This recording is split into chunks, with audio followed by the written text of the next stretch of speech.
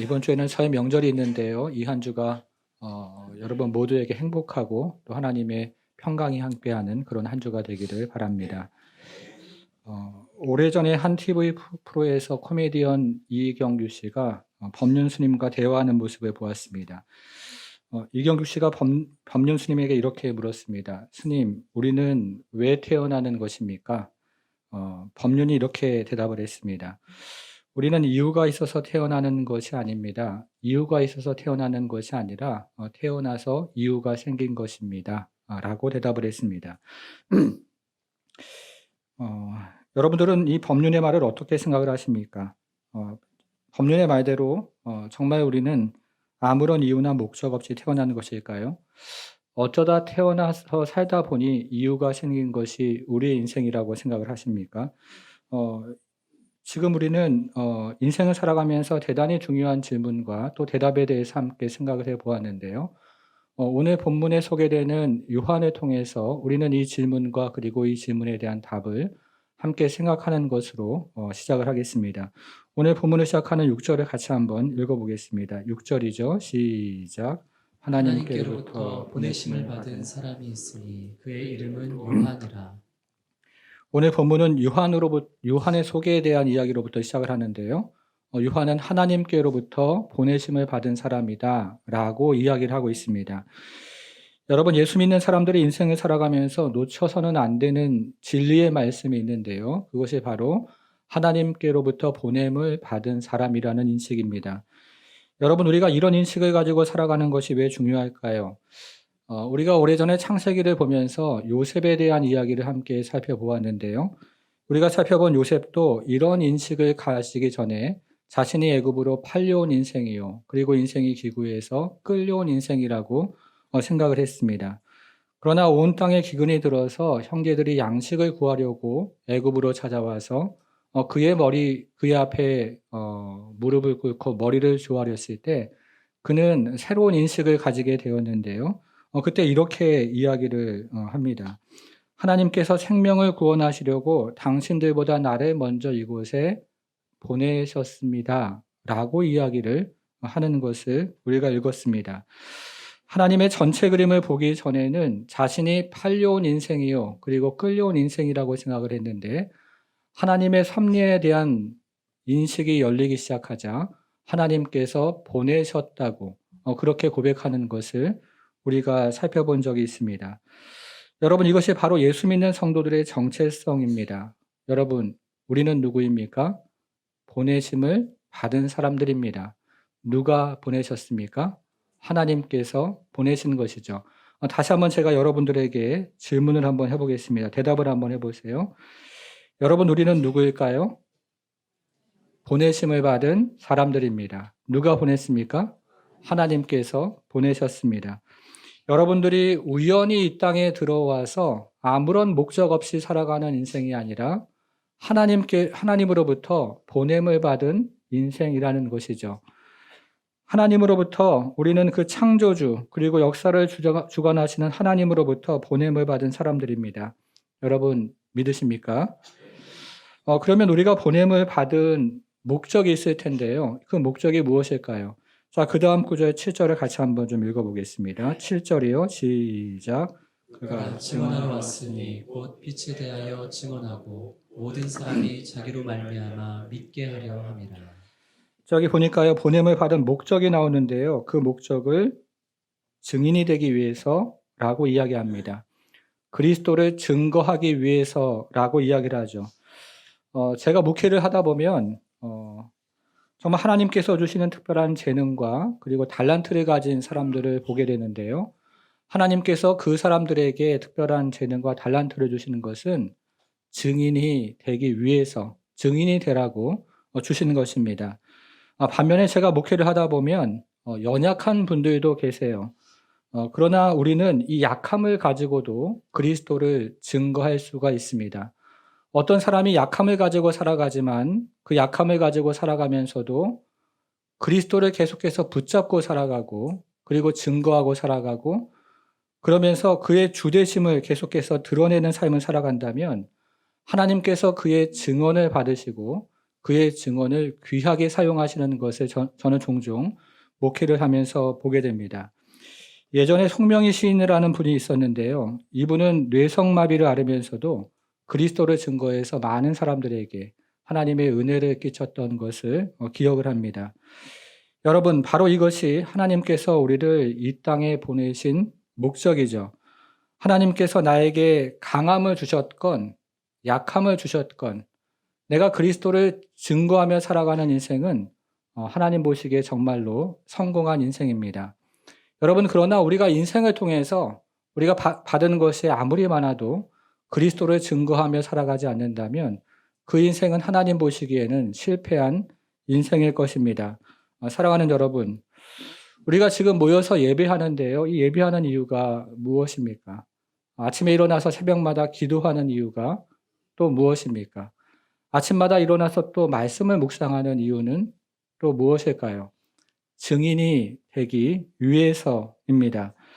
우리가 모이는 이유는요, 흩어지기 위해서 모이는 것이고요. 우리가 부름받은 이유는요, 세상에서 그리스도의 증인으로 살아가기 위해서 우리가 먼저 부름을 받은 것입니다. 그것이 우리가 인생을 살아가는 목적이라고 성경은 분명하게 이야기를 합니다. 그래서 오늘은 우리가 그리스도를 증거하는 데 필요한 두 가지 말씀을 함께 좀 나누어 볼까 합니다. 첫 번째 말씀은요, 그리스도를 영접하지 않는 세상에 대한 이야기입니다. 먼저 우리가 살아가는 세상에 대한 이해가 필요한 것이죠. 그 얘기가 9절부터 나오는데요. 9절을 같이 좀 읽어보겠습니다. 9절 같이 읽습니다. 시작. 참 빛 곧 세상에 와서 각 사람에게 비추는 빛이 있었나니. 우리가 지난주에 태초의 말씀이 계시니라 하는 말씀으로부터 시작을 했는데요. 그 태초에 계셨던 말씀이 이제 빛으로 이 땅에 오셨다고 9절은 이야기를 하고 있습니다. 그런데 여러분 이 표현을 보면 이 빛을 단순히 그냥 빛이라고 이야기하지 않고 뭐라고 이야기하고 있습니까? 참 빛이라고 이야기를 하고 있습니다. 요한복음에는 이런 표현이 계속 나오는데요. 우리가 요한복음을 주의 깊게 살펴보면 참빛, 참떡, 참 포도나무 이런 표현이 계속해서 나오는 것을 보게 됩니다. 이스라엘 백성들은 광야에서 만나를 먹었지만 예수님은 하늘에서 내려온 참떡입니다. 그래서 예수를 믿는 자마다 참 생명이 시작된다는 뜻이죠. 이스라엘 백성들은 포도나무이지만 예수님은 참 포도나무가 되십니다. 예수님께 붙어 있는 사람은 영생을 얻는다는 뜻입니다. 참빛도 같은 맥락에서 이해가 되어지는데요. 우리가 이스라엘 역사를 읽어보면 이스라엘 역사 가운데는 정말 빛처럼 빛나는 그런 인물들이 많이 있었습니다. 이스라엘을 애굽에서 구원한 모세도 그렇고요. 이 이스라엘의 깜깜한 영적인 어두운 시절을 보낼 때 이 영적인 부흥과 각성을 일으켰던 사무엘도 그렇습니다. 지금도 이스라엘 국기의 상징인 이스라엘의 별인 다윗도 그럴 것이고요. 이스라엘의 바벨론 포로로 끌려갔을 때 별처럼 빛났던 다니엘도 그런 인물 중에 하나일 것입니다. 여러분, 그러나 이 사람들은 참빛은 아니었죠. 그런데 이 사람들이 예표하던 그 참빛이 이 땅에 오셨다고 우리가 읽은 구절은 그렇게 이야기를 합니다. 여기에 사용된 참이라는 말에는 궁극적인이라는 의미가 있습니다. 하나님의 최종적인 계시가 이 땅에 오셨다 이런 의미를 가지고 있는 것입니다. 여러분 그런데요, 지금 우리가 읽은 이 구절을 원문으로 읽어보면 참빛이 세상에 왔다는 이 말이 굉장히 흥미롭게 그렇게 표현이 되어 있습니다. 화면에 같이 한번 좀 보겠습니다. 같이 한번 읽어볼게요. 시작. 그는 참 빛이었다. 그는 세상에 오고 있었다. 이렇게 두 가지 문장으로 표현이 되는데요. 이것은 빛이 계속해서 세상 속으로 들어오는 과정을 지금 이야기하고 있는 것입니다. 어느 날 갑자기 예고도 없이 참빛이 세상에 들어온 것이 아니라 계속해서 들어오는 과정을 표현한 것이 빛이 이 세상에 오셨습니다. 라는 표현이라는 겁니다. 이것을 잘 표현하는 말씀이 히브리서 1장 1절과 2절 말씀인데요. 우리가 화면을 통해서 한번 확인을 해보겠습니다. 같이 읽습니다. 시작. 옛적에 선지자들을 통하여 여러 부분과 여러 모양으로 우리 조상들에게 말씀하신 하나님이 이 모든 날 마지막에는 아들을 통하여 우리에게 말씀하셨으니 이 아들을 만유의 상속자로 세우시고 또 그로 말미암아 모든 세계를 지으셨느니라. 여러분, 이것은 계속되는 계시의 역사를 이야기하는 것입니다. 이것을 어떤 신학자가 이렇게 생생하게 표현을 했는데요. 빛이신 메시아가 천지 창조 때부터 수세기를 사다리를 타고 내려오다가 마침내 이 땅에 오셨습니다. 라는 아주 생생한 표현으로 표현을 했습니다. 우리가 그 집안에서 쓰는 모처럼 생긴 나사가 있는데요. 이 나사를 잘 생각해 보면 거기 이제 스크루가 있죠. 스크루가 있는데 마치 빛이신 메시아가 천지 창조 때부터 그 나사에 동글동글한 스크루를 내려오는 것처럼 그렇게 내려와서 그 수세기 동안 여러 모양과 여러 부분으로 자신을 드러내셨다가 마침내 이 땅에 오셨다 하는 그런 표현으로 지금 이 첫 번째 문장을 우리는 이해를 합니다. 인류 역사에서 가장 놀라운 일이 벌어졌습니다. 라고 이야기를 하고 있는 것이죠. 여러분, 그런데 이 빛에 대한 사람들의 반응이 있습니다. 두 가지 반응이 오늘 본문에 나오는데요. 이 첫 번째 반응은 세상 사람들의 반응입니다. 9절을 한번 보겠습니다. 10절이죠. 10절을 한번 보겠습니다. 그가 세상에 계셨으며 세상은 그로 말미암아 지은 바 되었으되 세상이 그를 어떻게 했다고요? 알지 못하였다 이야기하죠. 이 빛이 참빛이 세상 속으로 들어왔습니다. 천지 만물을 창조하신 참빛이 말씀이 당신이 지으신 세상으로 들어왔는데 그 세상은 그 빛을 알아보지 못했다고 이야기하죠. 여러분, 그런데 여기에 사용된 알지 못했다는 헬라말을 이해하는 것이 대단히 이 구절을 이해하는 데 중요합니다. 우리가 요한복음을 읽어보면 이 요한복음은 크게 두 부분으로 나누어지는데요. 1장부터 12장을 우리는 표적의 책이라고 이야기를 하고요. 나머지 13장부터 20장까지를 영광의 책이라고 이야기를 합니다. 1장부터 12장 안에 예수님의 기적이 몰려 있다는 것입니다. 여러분, 그런데 예수님의 이 기적을 두 눈으로 그 앞에서 보았던 사람들의 반응이 어떠했습니까? 우리가 요한복음 1장부터 12장을 읽어보면 그 사람들의 반응이 분명하게 드러나는데요. 사람들은 그분의 말씀을 분명하게 들었기 때문에 그분의 말씀이 그 누구보다도 다르다는 것을 깨닫게 됩니다. 그리고 그분의 기적을 두 눈으로 똑바로 보았기 때문에 그분의 기적을 부인할 수가 없었습니다. 여러분, 그런데 사람들이 예수 그리스도를 믿던가요? 그렇지 않습니다. 사람들이 지식적으로만 예수님을 알아갑니다. 그리고 머리로만 예수님을 인정을 합니다. 그래서 그분과 마땅히 맺어야 하는 인격적인 관계로까지 나아가질 않습니다. 창조주와 피조물로서의 마땅한 관계를 맺고 그분을 영접하고 그분을 신뢰하고 그리고 자신을 그분께 의탁하는 관계로까지 나아가지 않습니다. 그것을 가리켜서 헬라말로 이야기하는데요. 알지 못하였다라는 표현이 바로 그런 표현입니다. 지식적으로는 알고 머리로는 알지만 인격적인 관계를 맺지 않고 그래서 그분에게 자신의 삶을 의탁하지 않은 것을 가리켜서 알지 못했다고 이야기를 하고 있는 것입니다.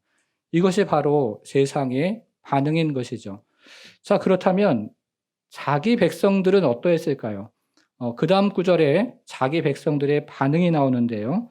11절에 보니까 자기 땅에 오매 자기 백성이 어떻게 했습니까? 이제 하나님께서는 이 말씀은 특별히 자신이 택하신 이스라엘 땅에 오셨습니다.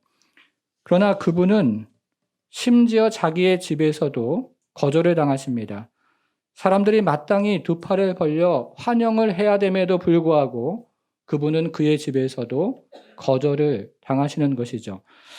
누가복음에 의하면 베들레헴에는 그분께서 태어날 방이 없었다고 이야기합니다. 마가복음에 의하면요, 이 포도원 농부의 비유가 나오는데요. 그의 백성들이 그분을 철저하게, 아주 철저하게 거절을 합니다. 하나님께서 그의 아들 예수를 보냈는데 그의 백성들이 그의 아들 예수를 십자가에 못 박습니다. 이것이 바로 자기 백성들의 반응이었습니다. 여러분, 이것이 바로 빛이, 말씀이 이 땅에 왔을 때 사람들의 반응입니다. 세상은 그를 알지 못했고 자기 백성들도 그를 영접하지 않았습니다. 여러분, 그러면 도대체 이것을 우리는 어떻게 이해를 해야 되는 것일까요? 여기는 굉장히 신학적인 이유가 있는데요. 우리가 그 이유를 10절에서 한번 생각을 해보겠습니다. 자, 10절을 읽어보면요. 여기 강조되는 말이 있는데요. 제가 한번 읽어보겠습니다. 그가 세상에 계셨으며 세상은 그로 말미암아 지은 바 되었으되 세상이 그를 알지 못하였고. 자, 여기 어떤 말이 많이 나옵니까? 여기서 사도 요한이 의도적으로 강조하는 말이 바로 세상입니다. 우리가 요한복음을 읽어보면 이 요한복음에는 세상, 헬라 말로 코스모스라고 하죠. 이 세상이라는 말이 78번이 등장을 합니다. 마태복음에는 8번이 나오고 누가복음과 마가복음에는 각각 3번이 나오는 것을 우리가 생각을 하면 요한은 성령의 감동으로 이 세상이라는 말을 굉장히 강조하고 있다는 느낌을 우리는 가지게 됩니다. 여러분, 그러면 지금 요한이 말하고 있는 이 세상의 정체가 무엇일까요? 저는 오래전에 세상이라는 말에 3가지 의미가 있다고 배웠습니다. 첫째는 이 세상이 긍정적인 의미를 갖는다고 배웠고요. 두 번째는 중립적인 의미를 갖는다고 또 배웠고요. 그리고 마지막으로는 부정적인 의미를 갖는다고 배웠습니다. 예를 들면요, 요한복음 3장 16절, 우리가 잘 아는 말씀인데요. 이때 사용된 세상은 긍정적인 의미를 갖는다고 그렇게 저는 배웠습니다.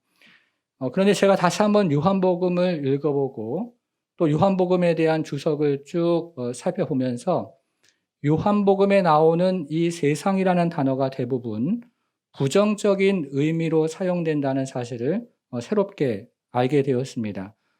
요한복음에 나오는 세상이라는 단어 중에서요, 단 한 번도 전적으로 긍정적인 의미로 사용된 적이 한 번도 없습니다.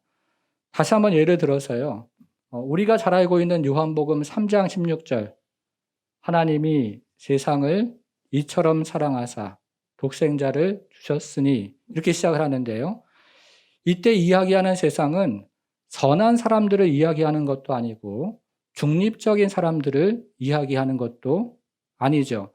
이때 이야기하는 세상은 죄로 말미암아 어그러진 인류 전체를 이야기하는 것이, 그래서 부정적으로 이야기하는 것이 바로 요한복음 3장 16절에 나오는 세상입니다. 여러분, 그래서 요한복음을 읽어보면 이 세상이라는 말이 계속 등장을 하는데 이 세상의 의미는 하나님을 반대하고 그리고 대적하고 대항하는 존재로서의 세상을 이야기합니다. 화면을 가지고 다시 한번 좀 확인을 해보겠는데요. 같이 한번 읽어볼게요. 세상은 시작. 세상은 조물주를 거역하고 반역하는 피조 질서이다. 이것이 요한이 이야기하는 세상입니다. 여러분, 오늘 본문이 이야기하는 세상을 다시 한번 정리를 한번 해보겠습니다. 오늘 본문이 이야기하는 세상 10절은 주님을 알지 못하는 것이 세상입니다. 11절은요, 주님을 영접하지 않는 것이 세상입니다. 지금 요한이 무슨 이야기를 서두에서부터 하고 있는 것일까요? 세상은 스스로 구원받기에 무능하다는 이야기를 요한은 서두에서부터 강조를 하고 있는 것입니다. 세상은 자연적으로 예수를 믿지 않는다는 이야기를 서두에서부터 못을 박아서 이야기를 하고 있는 것이죠. 여러분, 이것이 요한이 이야기하는 세상의 본질입니다. 그런데 우리가 오늘 본문을 읽어보면 그 이야기가 여기서 끝이 나지가 않습니다. 이런 세상 중에서 예수를 믿어 하나님의 자녀가 되는 사람들이 있다는 겁니다. 그것이 두 번째 이야기인데요. 둘째는 그리스도를 영접하는 사람들입니다. 자, 그 얘기가 12절부터 시작을 하는데요. 자, 12절을 같이 한번 읽어보겠습니다. 시작.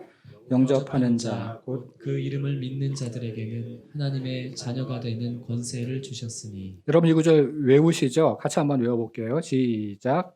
영접하는 자, 곧 그 이름을 믿는 자들에게는 하나님의 자녀가 되는 권세를 주셨으니.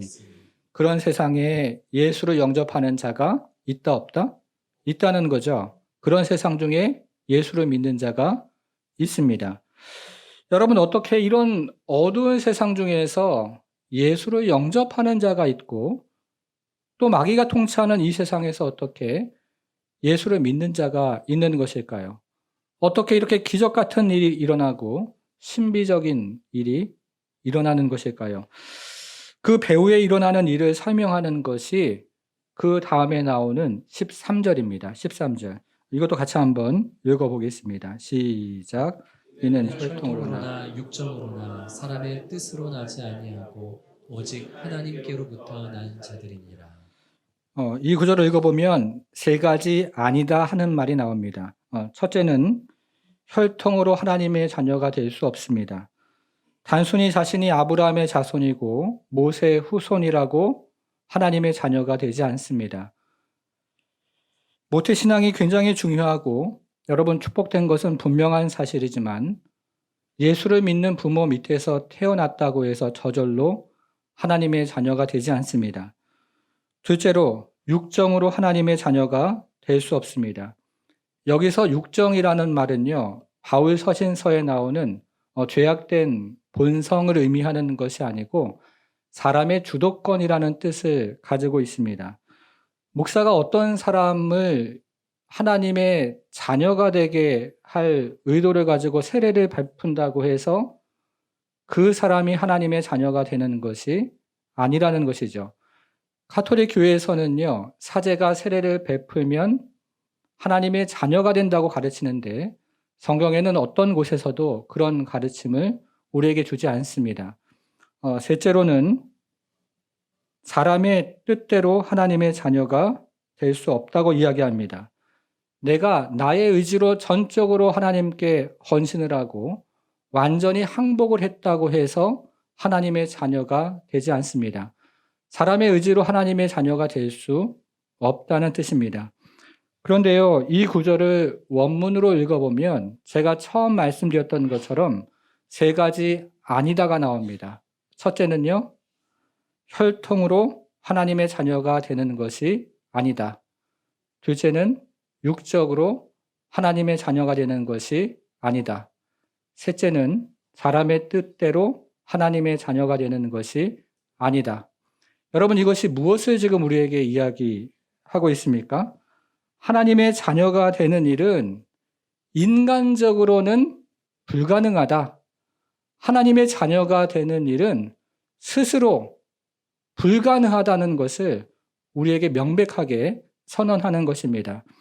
그 다음 구절을 보면 오직 한번 보세요. 오직 하나님께로부터 난 자들이니라 라고 되어 있는데요. 이 오직이라는 말이 원어에서는 그러나 라고 되어 있습니다. 이것이 무엇을 우리에게 이야기하고 있습니까? 하나님의 자녀가 되는 일은 전적으로 하나님의 일이다. 하나님의 자녀가 되는 일은 전적으로 하나님께서 우리를 낳아주셔야 된다고 이야기를 하고 있는 것입니다. 여러분, 믿음이 무엇일까요? 우리가 이 구절에 보니까 영접하는 자, 곧 그 이름을 믿는 자들에게는 하나님의 자녀가 되는 권세를 주셨다고 그렇게 말씀을 하니까 내가 믿어야 하나님의 자녀가 된다는 그런 뜻입니까? 나도 믿어야 하고 하나님께서도 은혜를 주셔서 사람과 인간이 서로 합작을 해서 구원을 받는다는 그런 의미를 가지고 있는 것일까요? 우리가 요한복음을 읽어보면 이 믿는다는 말이 100번 가까이 사용이 되는데요. 요한은 굉장히 믿는다는 말을 사용을 할 때 어떤 의도를 가지고 사용하는 것을 우리가 깨닫게 됩니다. 그것을 한번 세 가지로 한번 정리를 한번 해보겠습니다. 첫 번째는요. 요한은 성령의 감동으로 믿는다는 동사형만 사용합니다. 제가 조금 전에 말씀드렸던 것처럼 요한복음에는 믿는다는 말이 100여 차례 사용이 되는데요. 명사 믿음이라는 단어는 단 한 차례도 사용되지 않고 믿는다는 동사형만 100여 차례 사용이 됩니다. 여러분, 명사형이 사용되지 않고 동사만 사용되는 이유가 무엇일까요? 믿음이라는 것이 단순히 어떤 기독교의 진리를 고백하는 것이 아니라는 뜻이죠. 그분을 내 마음 가운데 실제적으로 영접을 하고 그리고 믿고 신뢰를 해서 나의 인생을 그분께 맡겨드리는 데까지 나아가는 것을 믿음이라고 이야기하고 있는 것입니다. 둘째로요. 그래서 요한은 성령의 감동으로 이 믿는다는 말, believe라는 말 다음에 into라는 전치사를 사용하는 경우가 많이 있습니다. 모든 믿는다는 말 뒤에 into라는 전치사가 사용된 것은 아니지만 그럼에도 불구하고 이 into라는 전치사를 사용해서 이 믿음의 어떤 성질을 우리에게 보여주고 있는데요. 아주 역동적인 움직임, 역동적인 믿음이라는 것을 우리에게 가르쳐주고 있습니다. 하나님과 그리고 우리와의 관계가 굉장히 살아있는 관계라는 것을 알려주는 것이죠. 이것이 바로 구원받는 믿음이 가지고 있는 성격입니다. 여러분, 그러면 이런 역동적인 믿음, 구원받는 믿음은 어떻게 시작을 하는 것일까요? 자, 세 번째가 가장 중요한데요. 이 세 번째는 요한은 성령의 감동으로 믿는다는 말 앞에 부사나 형용사를 붙여서 사용하지 않습니다. 좀 말이 어려운데요. 예를 한번 들어보겠습니다. 우리가 신앙생활을 하면서 깊이 믿는다. 이런 말 사용하시죠. 마음으로, 전심으로 믿는다. 이런 말도 사용하고 우리는 진심으로 믿는다. 전적으로 믿는다. 이런 말을 믿음 앞에 부사나 형용사를 붙여서 사용하는 경우가 굉장히 많이 있습니다. 그런데 요한복음에는 전혀 그런 말이 나오지가 않습니다. 진심으로 믿는다? 이런 말 나오지가 않아요. 전적으로 믿는다? 이런 말도 나오지 않습니다. 깊이 믿는다? 이런 말도 나오지 않습니다. 만일에요, 이 믿는다는 말 앞에 형용사나 부사를 붙여서 전심으로 믿는다, 깊이 믿는다, 전적으로 믿는다, 이렇게 사용을 하면 어떤 오해의 소지가 있냐면 그것은 믿음의 주체가 누구다? 나다. 라는 오해의 소지가 있기 때문에 요한은 믿는다는 말 앞에 형용사나 부사를 붙이지 않습니다. 여러분, 지금 요한이 어떤 상황에서 복음을 기록하고 있는지 혹시 들어보셨습니까? 세상의 대적자들의 교회를 심각하게 박해할 때였습니다. 교회 안에서는요, 거짓 교사들의 복음을 심각하게 왜곡하고 있을 때였습니다.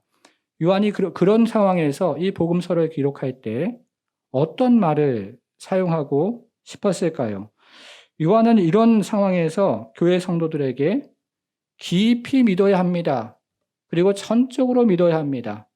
전심으로 믿어야 합니다. 라는 말을 사용하고 싶었을 것입니다.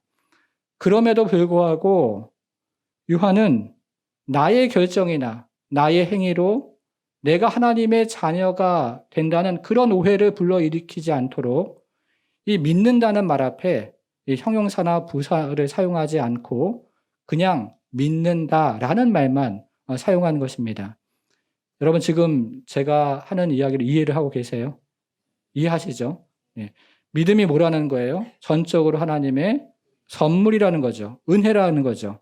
그것이 요한이 서론부터 못 박아서 시작하는 복음입니다. 사랑하는 여러분, 여러분들은 여러분들이 예수를 믿기로 결단했기 때문에 하나님의 자녀가 되는 것이 아닙니다.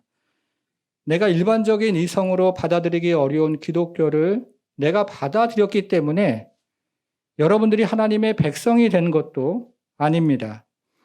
내가 많은 신들 중에서 하나님을, 기독교의 하나님을 나의 신으로 선택했기 때문에 내가 구원을 받은 것도 아닙니다. 여러분들이 정말로 그렇게 생각을 한다면 구원은 내가 하나님을 위해서 해준 일이 됩니다. 그런 사람들은 인생을 살아가면서 하나님과 계속해서 흥정을 합니다. 세상에서 일이 잘 풀리면 하나님께 감사하며 인생을 살아갑니다. 그러나 세상에서 일이 잘 풀리지 않으면 내가 지금까지 하나님을 선택해서 믿어주었는데 하나님께서 나를 왜 이렇게 대우하시는가? 라고 반문하고 따지기를 시작한다는 것이죠.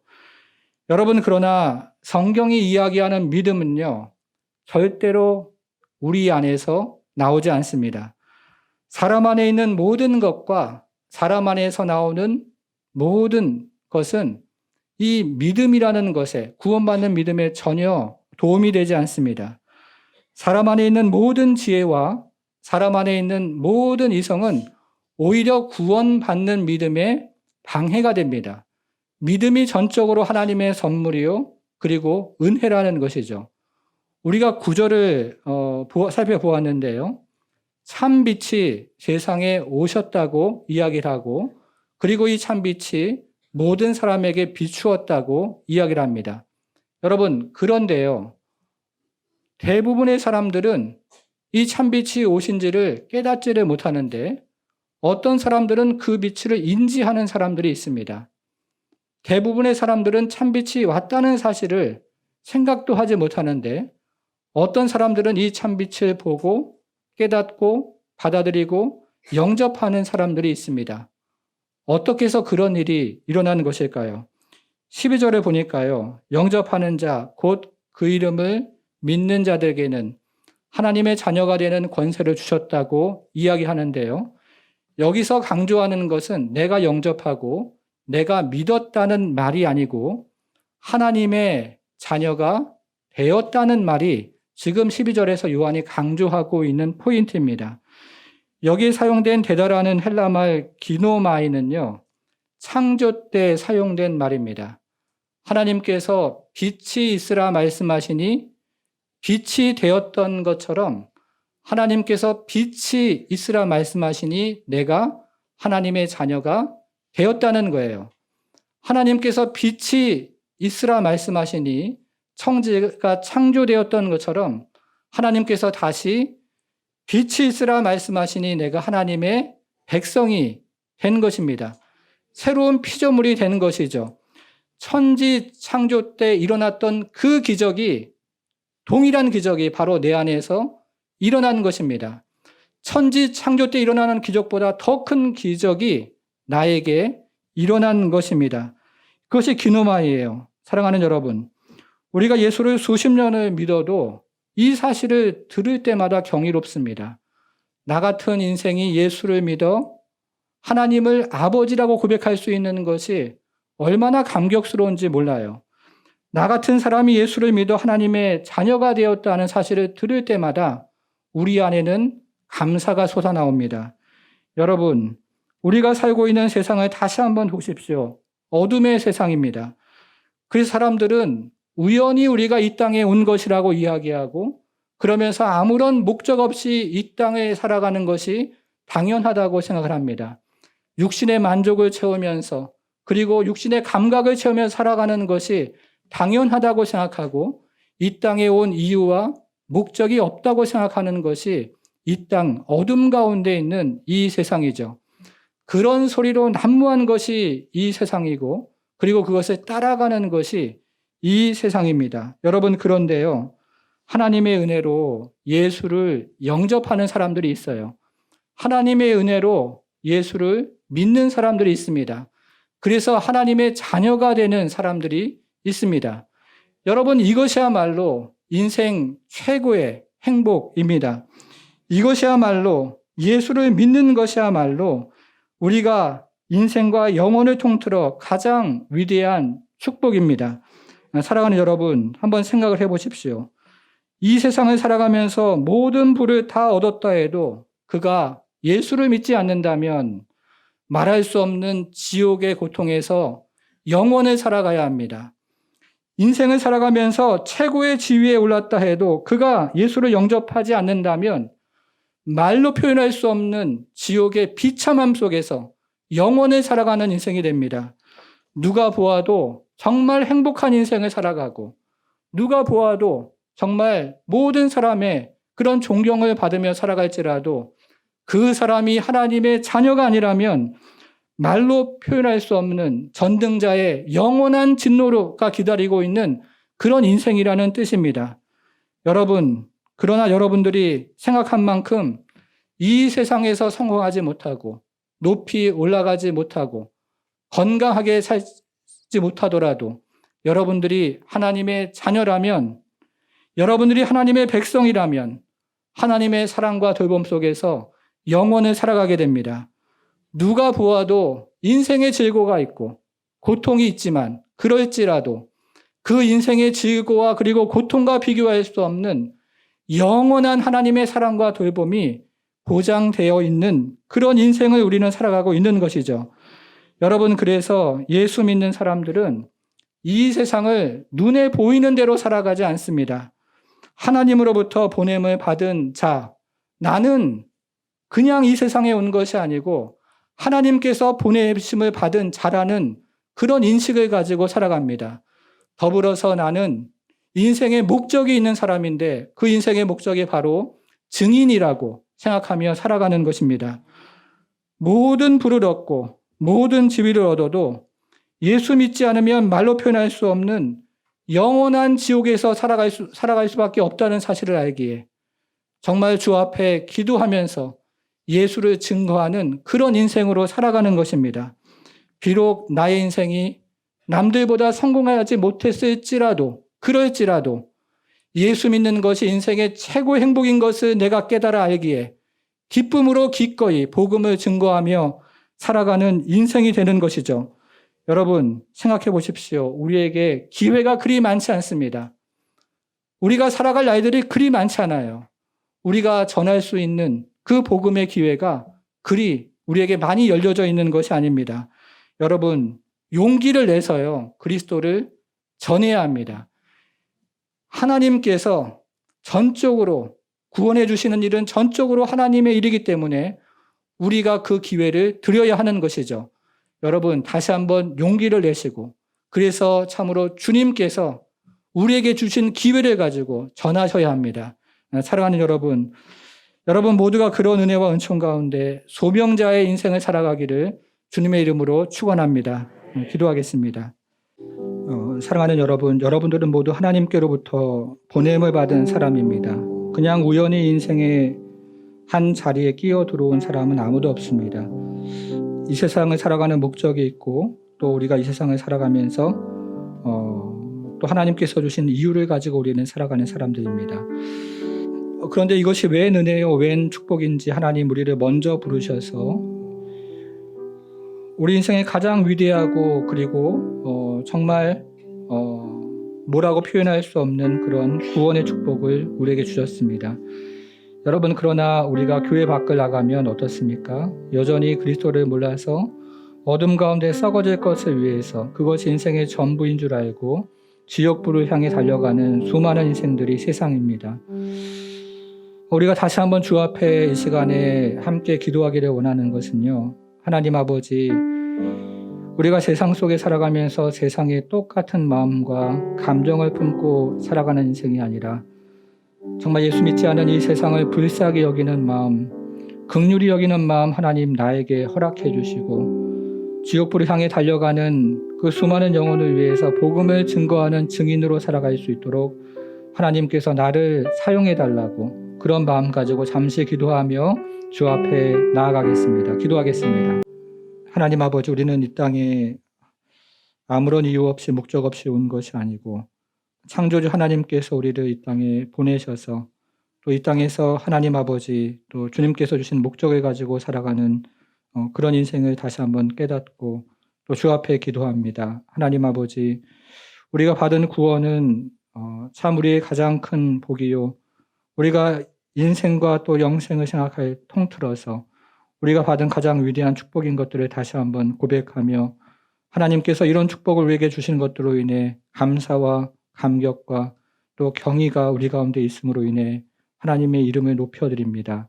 하나님 아버지, 동일하게 우리가 하나님 아버지 기도하고 또 하나님 앞에 간구하는 것은 우리가 이 세상을 살아가면서 세상에 있는 것들을 누리다가 또 더 움켜쥐려다가 하나님 아버지 참으로 이 세상의 본질을 깨닫지 못하고 함께 하나님 아버지 그 안에서 주저하고 안주하는 인생을 살아갈까 두렵사오니 하나님 우리를 불쌍히 여겨주시고 우리를 하나님 긍휼히 여겨주셔서 우리가 하나님 먼저 이 세상에서 믿지 않은 영혼들을 향한 긍휼한 마음과 불쌍히 여기는 마음을 가득 우리 마음 가운데 부어 주옵소서.